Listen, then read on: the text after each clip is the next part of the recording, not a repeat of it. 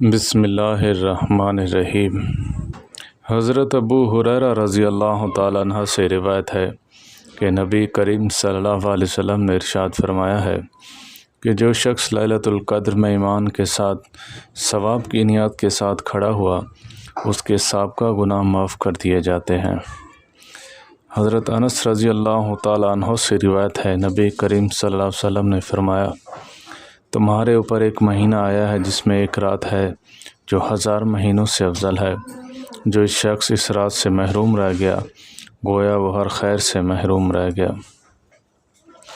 حضرت عائشہ صدیقہ رضی اللہ تعالیٰ عنہ سے روایت ہے نبی کریم صلی اللہ علیہ وسلم نے فرمایا لیلۃ القدر کو آخری طاق راتوں میں تلاش کرو۔ حضرت ابن عباس رضی اللہ تعالیٰ عنہ سے مروی ہے نبی کریم صلی اللہ علیہ وسلم نے فرمایا کہ متقف گناہوں سے محفوظ رہتا ہے، اس کی نیکیاں لکھی جاتی ہیں کہ جتنی کرنے کے لیے ہوتی ہیں۔ حضرت ابو ہریرہ رضی اللہ تعالیٰ عنہ نے فرمایا کہ نبی کریم صلی اللہ علیہ وسلم کا ارشاد ہے کہ جو شخص بلا کسی شرعی عذر کے ایک دن بھی رمضان کا روزے کو افطار کر دے وہ تمام روزے بھی رکھے تو اس کا بدل نہیں ہو سکتا۔